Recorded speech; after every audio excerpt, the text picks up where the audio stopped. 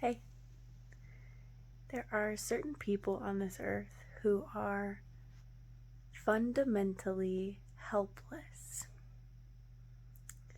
And I don't mean that in a judgmental way or a way that anyone is lower than others or more superior to others, but in the way that there is a certain combination of patterns that people can hold that lock them into a frequency of helplessness. They're unable to be helped. There are some people who respond to help, love, care by becoming hostile and dangerous. They deeply perceive help, love, care as a threat to their survival. It's a threat to their consciousness, the level of consciousness that they're existing in. So, you must learn to recognize and discern who you are able to help, love, and support in a way that doesn't put you in danger. There are some people whom you can observe. You can recognize their energy. They may have toxic or manipulative patterns, but you're still able to offer love, care, assistance, help, inspiration, story, teaching to them, because a part of them is open to it. It's listening, it's willing. But for some people, their being isn't willing. Especially people who have strong needs to be right, superior to others, strong narcissistic traits. They become helpless because when you believe that you already are everything, that you have nothing more to learn, then you become unable to learn. And it's a different frequency, right? Sometimes we think we've learned everything, and then we have these awakening moments where we're like, whoa, there was so much more I didn't know. And that's different. It's this deep attachment to already knowing everything that creates that ego. It's a demonic frequency. It's a choice that occurs in the consciousness. A misguided choice, definitely misguided. Some souls cannot see the other way. They're more easily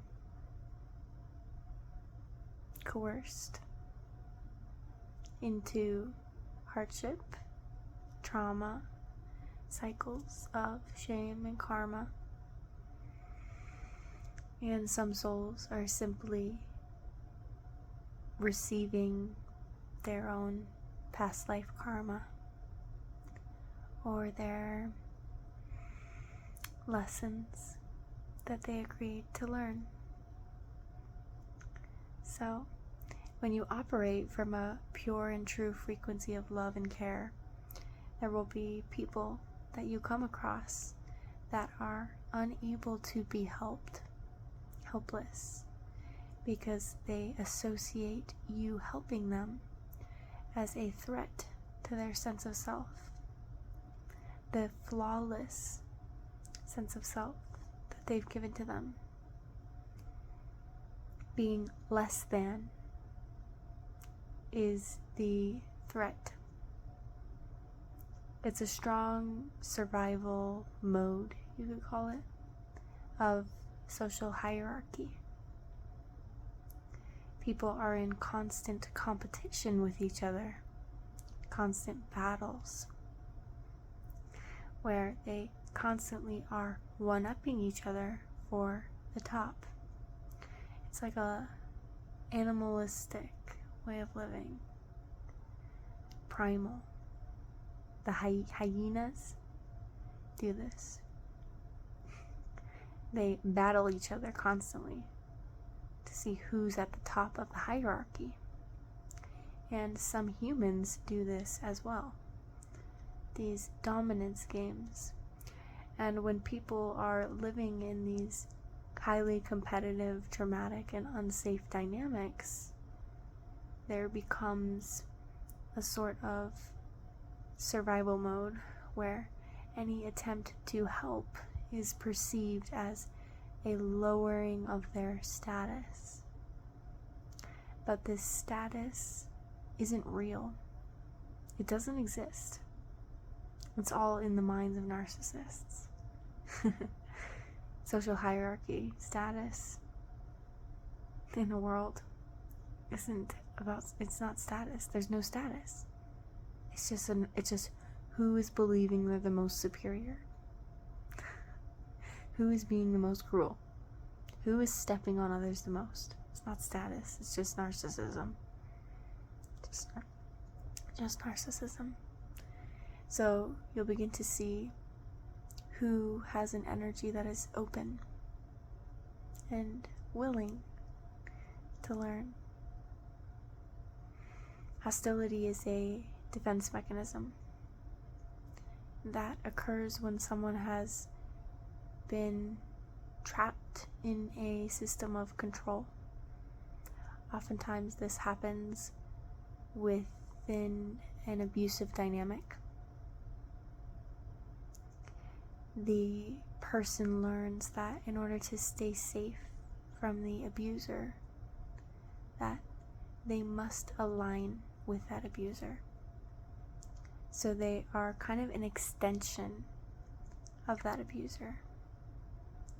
It's like a merging of one. If you've ever wondered why narcissists are so similar to each other, this is why. The nature of narcissistic consciousness is to merge people. Narcissists always want a perfect mirror. They want people around them that validate their every thought, their every belief, that act just like them, that mirror them, and they want to live in this world where all they see is them. Individuality, independence is a threat. And what this does to the mind when the mirroring becomes so enmeshed with another is that they begin to become narcissistic. And then we can all relate to the same dynamics that we all experience the same similar things, because it's one consciousness that seeks to enmesh people into it. And so the hostility is kind of like a top-down command, right? It's like this is a condition of receiving whatever they are receiving, whether it be money, belonging,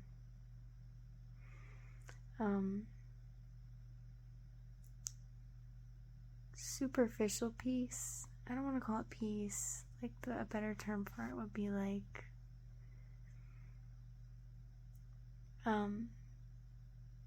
masked chaos, hidden chaos, an illusion of peace.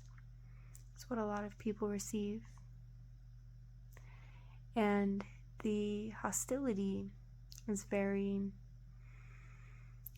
think of it like this. When people are hostile and malicious, their consciousness is very small. Their awareness is very small. Like when you're thinking about something really deep and complex, think about your mind. It's big. You can see so much. Your awareness is big. to people in narcissistic and hostile energy.